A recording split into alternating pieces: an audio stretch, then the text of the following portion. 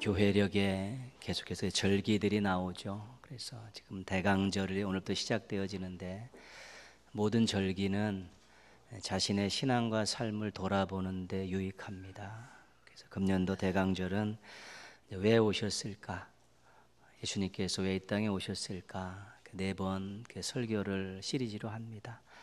예수님께서 왜 오셨는가? 여러분 한번 또 살피시면서 그 오심에 대해, 예수님이 오셔서 하신 일에 대해서 얼마나 부흥하고 살고 있고 얼마나 또 감격하며 살고 있는가를 한번 돌아보시면 여러분의 신앙의 삶에 많은 유익이 될 것입니다.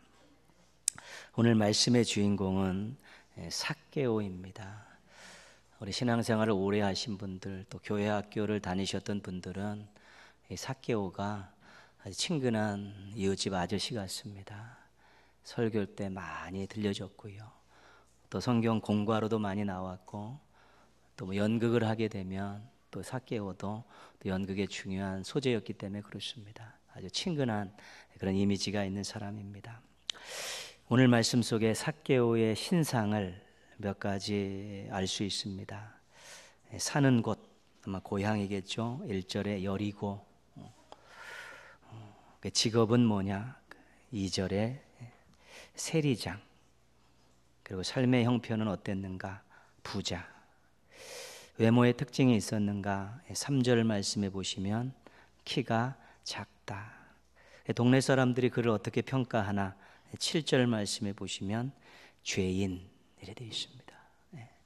삭개오의 객관적인 그런 신상이 여리고에 살고 있는 세리장이고 부자고 또 키가 작고 또 그 주변에 있는 동네 사람들은 그를 죄인 취급하는 그런 평가를 받고 있는 사람이 삭개오입니다. 우리가 예수님을 만난 삭개오를 통해서 많은 신앙적인 교훈들을 얻을 수 있습니다. 많이 들었고 또 우리가 공부하면서 알았던 내용인데, 예수님을 만난 삭개오를 통해서 우리가 얻을 수 있는 교훈 첫 번째는 기회를 놓치지 않았다는 것입니다. 예수님께서 여리고로 들어가셨을 때 삭개오가 예수님이 오신다는 소식을 듣고 그가 달려갔죠. 그래서 평상시 하지도 않았던 일들을 하면서 예수님의 눈에 띄었고, 또 그래서 자기 집에 모셨고, 또 평생 복을 누리는 그러한 은혜를 받았습니다. 실은 예수님께서는 예루살렘의 십자가를 지려고 올라가시는 중이었습니다. 여리고를 들렸지만 다시는 여리고를 들리지 않습니다. 예루살렘에 올라가시면 십자가에서 죽으시기 때문에 마지막 여리고로 들어간 그 시간이었는데, 그 기회였는데 삭개오가 거기서 예수님 앞에 정말로 간절한 마음으로 또 사모하는 마음으로 예수님께 나아가서 예수님으로부터 엄청난 구원의 복을 누리게 되었다는 것입니다. 삭개오가 그 기회가 예수님이 마지막으로 지나가는 기회라고 알지 못했습니다. 그러나 예수님의 소식을 듣고 이 기회를 놓치지 않아야겠다라는 그런 마음을 가지고 그가 정말 최선을 다했기 때문에 그런 엄청난 구원의 복을 누릴 수 있었던 것입니다. 우리가 매 순간을 소중히 여기는 삶이 중요한 이유가 거기에 있습니다. 실질적으로 오늘 우리가 드리는 이 예배가 또 우리의 예배의 인생에 있어서 얼마나 더 드릴 수 있는가는 아무도 장담하지 못하는 것입니다. 이 예배가 정말로 내 인생의 한 번뿐인 예배고, 이 예배가 내 인생의 마지막 예배가 될 수 있다라는 그런 마음을 가지고 예배를 드릴 때 우리가 거기서 하나님의 놀라운 임재와 은혜를 경험할 수 있는 것입니다. 은혜는 선물입니다. 하나님께서 주시는데 손 내밀어 받아야지 받는 것입니다. 관건적인 역사도 있지만 그것은 특수한 경우입니다. 하나님께서 은혜를 주시려고 준비하고 내놓으셔도 본인이 손을 내밀지 못하면 받지 못하는 것입니다. 기도로 예배를 준비하고 또 복장과 헌금과 또 모든 마음가짐 준비해서 그렇게 다 정해진 시간에 와서 기도로 준비하고 사모하는 마음을 가지고 이 예배가 내 인생의 한 번뿐인 예배고, 이 예배가 나에게 마지막 예배가 될 수 있다는 마음을 가지고 집중해서 그 예배를 드릴 때 우리 하나님이 주시는 귀한 복을 받을 수 있는 것입니다. 하나님 앞에 나왔을 때 거저가는 인생들은 그렇게 좋은 것이 아니죠. 하나님 앞에 오면 하나님께서 무언가 꼭 주시는 분이기 때문에 본인이 얼마나 정성껏 이 기회를 선영하겠다는 마음을 가지고 준비했느냐에 따라서 우리가 그 기회를 아름다운 인생의 징검다리로 바꿔낼 수 있는 것인데, 삭개오는 그 기회를, 실질적으로 다시는 예수님을 이 땅에서 만날 수 없었는데 그 기회를 잘 놓치지 않았기 때문에 아주 엄청난 구원의 복을 누리게 된 것입니다.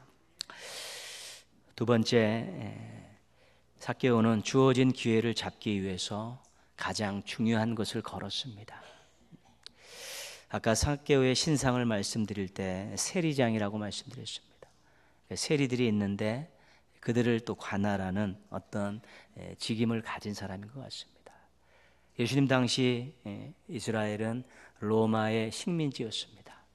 로마에다가 세금을 바쳐야 되는데 로마는 그 세금을 건들 때 그 세금을 걷는 그 백성들과 직접 맞부닥쳐서 세금을 걷는 사람들 전부 이스라엘 사람들로 세웠습니다. 자신들이 걷어가지 않습니다. 왜냐하면 다 욕을 먹기 때문에 그렇습니다. 그래서 이스라엘 백성들로 다 세워서 세금을 걷게 하는데 이 세리들이 로마에서 요구하는 세금보다 더 많이 걷는 것입니다. 그래서 로마에게 상납하고 나머지 것들 자기가 챙기고 거기서 또 세리장에게 또 주고 그런 구조이지요. 그렇기 때문에 이 세리들은 백성들로부터 매국노 취급을 당했습니다. 매국노 취급을 당했죠. 그리고 율법을 아는 사람들에게는 죄인 취급을 당한 것이지. 그리고 열심당원들에게는 살해의 표적이었습니다. 열심당원들이 단도를 뽑고 돌아다니죠. 그러다가 매국적인 일을 하는 사람들을 유해하는 그런 일들을 하죠. 과격파들이죠. 이 세리들이 그 중요한 표적이었는데 삭개오가 예수님을 보고 싶어서 나무 위로 올라가는 것입니다. 사람들이 엄청 많이 모여서 안 보이니까 키도 작고 그러니까 나무 위로 올라가지요. 사람들 많은데도 잘 가지 않습니다. 왜냐하면 테러를 당할 수 있기 때문에 그렇죠. 근데 모든 사람이 쳐다볼 수 있는 나무 위로 올라갔다는 것은 위험을 감수했다는 것입니다. 누군가 자신을 시해할지도 모르고 위해를 가할지도 모르는 사실을 알면서도 예수님을 보기 위해서 그 나무 위로 올라간 것입니다. 그 정도로 그는 주어진 기회를 잡고 예수님을 만나기 위해서 가장 중요한 것을 걸은 것입니다. 세상에서 가장 무서운 사람이 어떤 사람입니까? 생명을 걸고 하는 사람이 제일 무서운 사람 아니겠습니까? 신앙도 그렇고 삶도 그렇고요. 투자 없이는 결과 없습니다. 그거 바라는 것은 안 되는 것입니다. 희생 없는데 성공할 수 없습니다. 각오 없고 결단 없는 도전은 헛고생일 수밖에 없습니다.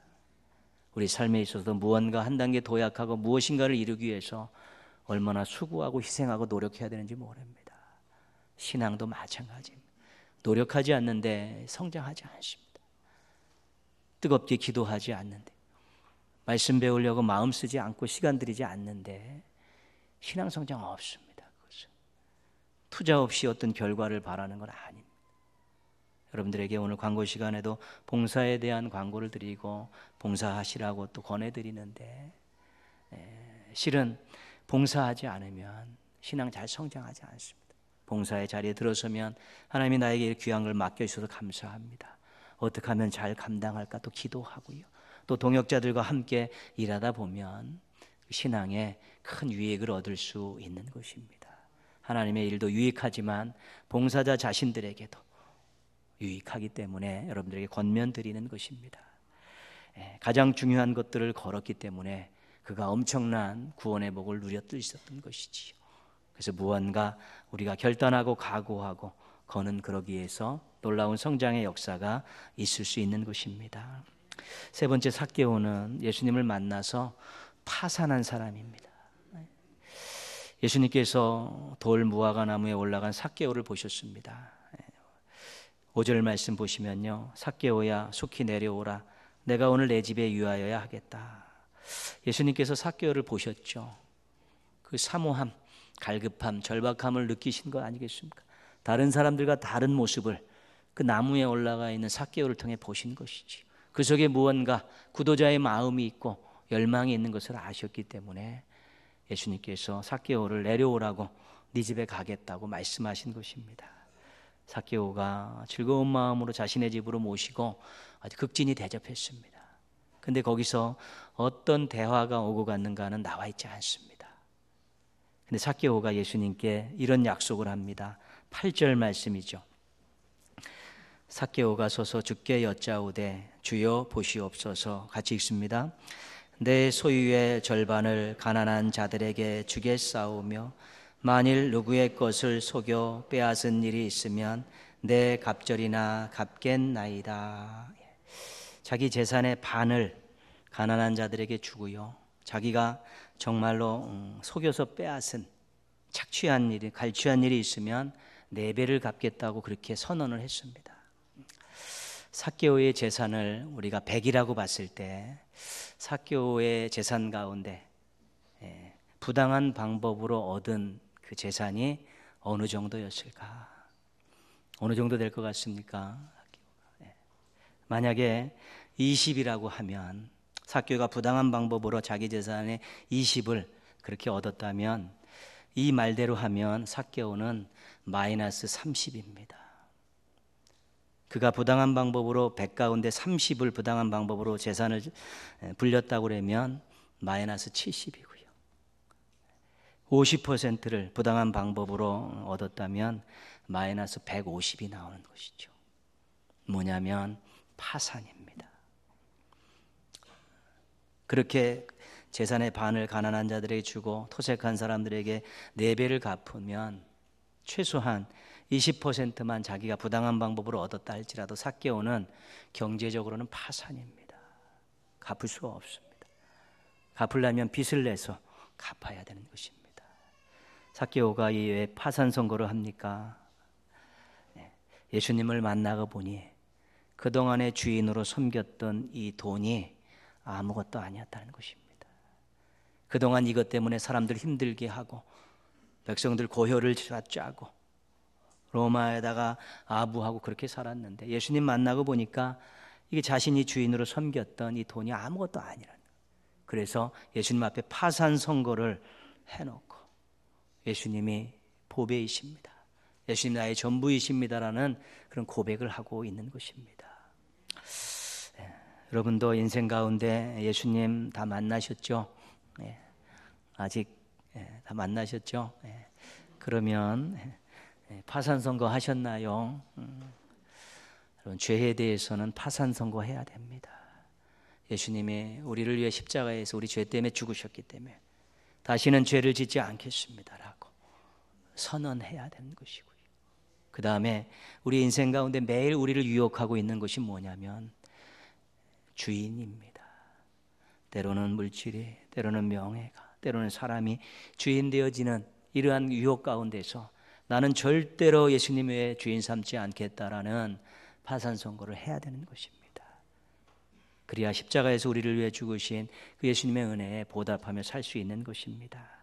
예수님밖에 없습니다, 주 없이 살 수 없습니다라는 고백은 거저 나오지 않습니다. 인생에 파산 선고를 해야만이 나올 수 있는 아름다운 고백입니다. 삭개오는 예수님을 만나기 위해, 예수님을 만나면서 예수님을 만난 이후에 모든 것들을 다 내려놓았습니다. 예수님 만나기 위해서 생명을 걸고 나무에 올라가고 자신의 모든 것들을 다해서 또 잔치를 벌여 대접하고, 예수님을 만난 이후에는 자신의 재산에 대한 모든 처분을 파산 선고를 하면서 그렇게 새로운 인생들을 시작했습니다. 우리도 예수님 만나서 오늘까지 은혜로 살고 있는데요, 정말로 시간과 물질과 땀을 신앙적으로 잘 사용하겠다는 그런 마음들을 가지고 인생들을 경영하시면 예수님께 기쁨을 안겨드리고 또 예수님의 향기가 나는 삶을 살아가실 수 있게 될 것입니다. 모쪼록 여러분의 시간과 물질과 땀을 신앙적으로, 성경적으로 잘 사용하는 우리 멋진 신앙인들 되시기를 주님의 이름으로 부탁드리겠습니다. 우리가 삭개오를 통해서 이런 교훈들을 얻고 도전을 받았습니다. 그런데 누가복음에서 삭개오 이야기를 한 중요한 목적이 있습니다. 그래서 예수님과 관련된 이유인데요, 10절 말씀입니다. 10절 같이 읽겠습니다. 인자가 온 것은 잃어버린 자를 찾아 구원하려 함이니라. 아멘. 예수님께서 이 땅에 오신 목적을 가르쳐주고 있죠. 잃어버린 자를 찾아 구원하시겠다는 것입니다. 그것이 예수님께서 이 땅에 오신 목적입니다. 예수님께서 이 땅에 왜 오셨을까에 대한 대답이 삭개오에게 있는 것입니다. 물론 우리가 앞으로도 계속 살펴보겠지만 예수님이 이 땅에 오신 목적, 우리가 다 알고 있는 가장 큰 목적이 있고요. 또 나름대로 다른 목적들도 있는데 오늘 삭개오를 통해서 예수님께서 이 땅에 오신 목적을 우리들에게 가르쳐주고 있습니다. 잃어버린 자가 누구냐면 삭개오입니다. 삭개오입니다. 삭개오는 어떤 사람의 대변자냐면 소외된 사람들의 대변자입니다. 잃어버린 자들은 소외된 사람들입니다. 그 당시 예수님 시대에 소외받은 사람들. 삭개오가 매국노 취급을 받으면서 주변 사람들이 거리를 두지 않으니까 당연히 그 유대 공동체 안에 소속이 안 되는 것입니다. 죄도 자기가 스스로 죄도 지었기 때문에 어쩔 수 없는 상황이죠. 그건 어쩔 수 없습니다. 그러나 그들이 나름대로 또 회당에 모이기도 하고 나름대로 교제도 하지만 삭개오에게는 절대로 거리를 주지 않습니다. 형제도 받아들이지 않으니까 늘 외롭고 서럽고 그런 것이지. 근데 9절 말씀 보시면요, 예수께서 이르시되 오늘 구원이 이 집에 이르렀으니 이 사람도 아브라함의 자손이미로다. 삭개오가 예수님을 만나고 파산 선고를 합니다. 나 이제 이거 주인 삼지 않고 예수님 주인 삼고 살겠다고, 이전 삶을 청산하겠다고 그렇게 선언하니까 예수님께서 이 사람도 아브라함의 자손이다. 이제는 그가 삶을 청산하고 돌아서면서 그가 공동체 안에 구성원으로서 이제는 받아들여지고 그 안에서 정상적인 삶을 살아갈 수 있게 된 것입니다. 아브라함의 자손. 이제는 한강 신앙 공동체 안에서 함께 머무를 수 있는 기회를 예수님께서 주신 것입니다. 예수님을 만나서 돈 때문에 백성들을 괴롭혔던 그런 모든 삶을 청산했을 때 너도 이제는 아브라함의 자손이다. 이제는 사람들과 함께 외롭지 않고 함께 공동체 안에서 살아갈 수 있는 기회를 얻게 되었다고 말씀해 주신 것입니다. 인생의 용기와 소망을 가지고 살게 해주신 것이지요. 우리가 구원을 이야기할 때 우리 머릿속에 있는 구원은 죄와 사망에서 해방되어서 하나님 나라에 가는 것, 그게 구원이죠. 그러나 또 성경에 나와 있는 많은 구원의 뜻 가운데는 어렵고 힘든 상황에서 해방되는 것, 병에서 고침받는 것, 또 외롭고 힘든 삶에서 따뜻한 삶으로 인생이 바뀌는 것, 이런 모든 것들을 다 구원이라고 이야기하는 것입니다. 그래서 잃어버린 자를 찾아 구원하려 하신다는 것은 소외된 자들에게 새로운 삶을 살아갈 수 있는 기회를 주신다는 것입니다. 그들에게 위로와 용기와 소망을 안겨주신다는 것입니다. 삭개오의 인생 가운데 예수님을 만나서 그가 모든 파산 선고를 하고 이제는 공동체 일원들과 함께 어울려 살아갈 수 있는 새로운 기회를 얻게 되었는데 삭개오에게 있어서는 그것이 바로 구원이고요. 물론 예수님을 만나서 그가 하나님과의 관계를 하고 또 영생의 소망을 얻는 것도 마찬가지지만 그가 공동체 안에서 새로운 희망의 삶을 살아갈 수 있게 된 것이 삭개오에게 있어서는 구원이었던 것입니다. 당대에 소외된 사람들이 누구입니까? 대표적인 사람들이 세리고요. 그 다음이 여인들입니다. 그리고 아이들. 그 다음에 병든 사람들. 그 다음 이방인들. 그 다음에 가난한 사람들. 이 사람들이 전부 소외된 사람들입니다. 이 사람들의 공통점은 무엇이냐면 유대교 신앙을 가지고 율법을 가진 사람들에 의해서 항상 하찮게 취급받았던 사람들이라는 것이죠. 복음서 쭉 읽어보시면 알지 않습니까? 이 사람들의 공통점은 무엇이냐면 예수님께서 공생의 기간 동안에 찾아가서 만나고 예수님에 의해서 위로와 용기와 소망을 얻고 새로운 인생을 살았던 사람들이라는 것입니다. 예수님께서 유대 율법에 의해서 하찮게 취급당하고 소외된 사람들 오셔서 그들을 찾아가셔서 그들에게 말씀으로 능력으로 사랑으로 위로와 용기와 소망을 가지고 새로운 인생을 살 수 있도록 기회를 주신 것입니다. 그것이 예수님께서 하셨던 중요한 일입니다. 누가복음을 쭉 읽어보시면요, 예수님께서 정말 얼마나 소외된 사람들을 향해서 애쓰고 수고하셨는가. 당대의 문화는 다 그런 것입니다. 그렇지만 여성들의 지위를 높이는 일들이 굉장히 많이 있고, 병든 사람들을 그냥 만지시면서 세워가시고 회복시켜 주시는 그런 일들, 가난한 사람들을 위해서 또는 말씀을 통해서 그들을 늘 도우라고 하시는 그런 말씀들을 통해서 예수님이 이 땅에 오셔서 하셨던 중요한 일 중에 한 가지는 소외된 사람들에게 위로와 용기를 줘서 새로운 인생을 살게 하셨다는 것입니다. 우리가 프랑스의 위대한 대중작가 빅토르 위고라는 사람이 있습니다. 우리가 레미제라블로 잘 알려진 사람이죠. 장발장. 파리의 노트르담이라는 책도 썼죠. 그분들의 이 소설 속에는 정말 어려운 삶을 살아가는 그런 사람들이 굉장히 많이 등장을 합니다. 노트르담 그 대성당의 그 종직이었던 꼽주, 그 집시 여인과 그 사랑을 나누는 거 아니겠습니까? 빵 한 조각 훔쳐 먹었다가 감옥에 가고 나중에 속죄와 희생으로 성인이 되어가는 그런 과정들을 쭉 그려졌죠. 그 힘들고 어려운 삶들을, 그 군상들을 그 소설 속에 많이 등장시키고 있습니다. 그분이 이런 말을 합니다. 인생 최고의 행복은 우리가 사랑을 받고 있다는 확신이다. 우리가 행복의 조건을 여러 가지로 이야기합니다. 근데 이분의 이야기는 뭐냐면, 자신이 누군가에게 사랑을 받고 있다는 확신만 있으면 행복할 수 있다는 것입니다. 특별히 이 당대의 소외된 사람들이 얼마나 외로웠겠습니까? 얼마나 힘들었겠습니까?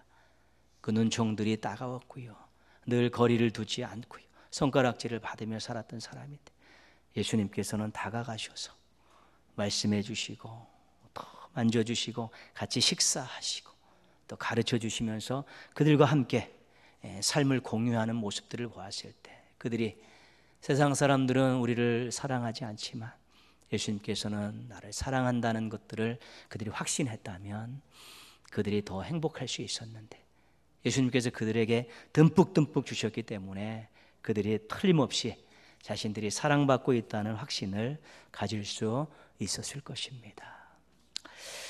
우리 주변에 소외된 사람들이 많이 있습니다. 어떻게 된 일인지 점점 많아지는 것 같습니다.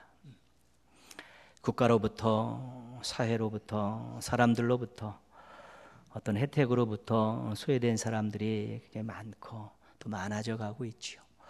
우리가 대강절 기간을 보내면서 추운 겨울을 맞이하면서 예수님이 이 땅에 잃어버린 자를 찾아 구원하러 오셨는데 그 사명이 우리들에게 있다라는 생각을 한번 가지셨으면 좋겠습니다.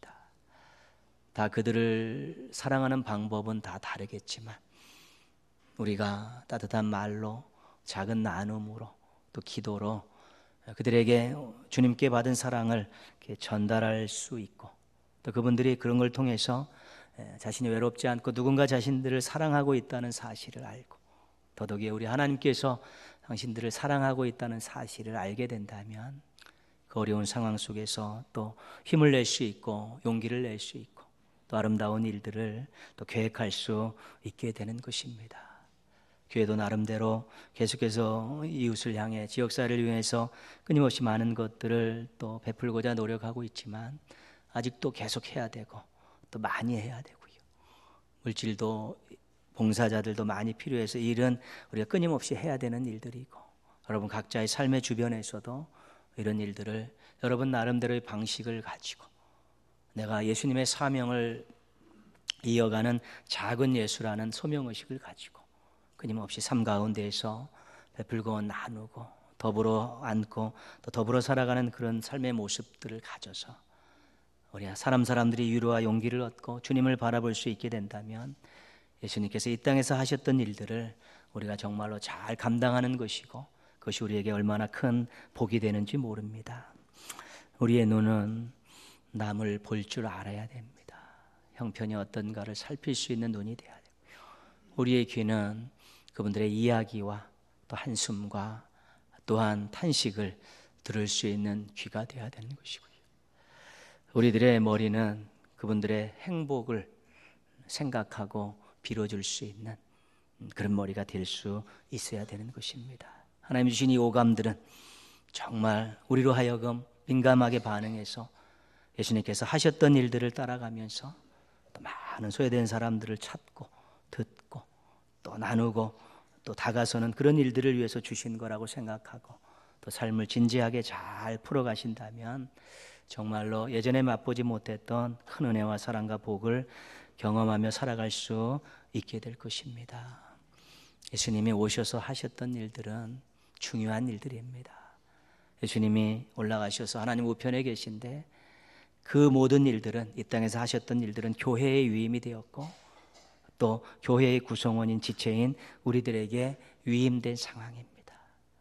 우리도 한때는 잃어버렸던 사람들 아니겠습니까? 그래서 주님 만나서 마음이 꽉 찬 기쁨도 있고 행복도 누릴 수 있었고요. 또 웃음도 찾았고 또 소망도 갖지 않았습니까? 예수님이 잃어버린 자를 찾아 구원하러 오셨던 이 귀한 목적을 다시 한번 잘 깊이 생각하시면서 우리 예수님의 오심을 이 기다리는 대강절 절기에 주변에 소외된 사람들의 형편을 살피고 이야기를 들어주고 행복을 위해 기도하면서 우리 따뜻한 마음과 손길을 베푸는 우리 작은 예수들로 살아가시기를 주님의 이름으로 축원합니다. 아멘.